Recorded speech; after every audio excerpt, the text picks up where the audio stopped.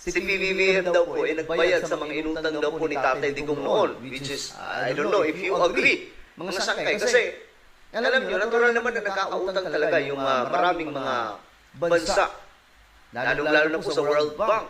Nakakautang po sila dahil nga po sa mga programs na ito na ipinapatupad. So, mga sangkay, ang kinaibahan nga lang ngayon, instead na mangutang po tayo po ay nagbabayad ngayon sa utang ng Pilipinas. O ayan, mga sangkay, tingnan po natin yung mga komento. Dito, mababasa po natin, marami po ang gulat na gulat sa balitang ito. Hindi po nila akalain kung paano nangyari. O, sabi po ng isa, lapag ang resibo. Meron na nga pong resibo eh. Ito na nga po yung binabalita na po ng mainstream media. Alam po natin ang mainstream media talagang anti-Marcos po yan.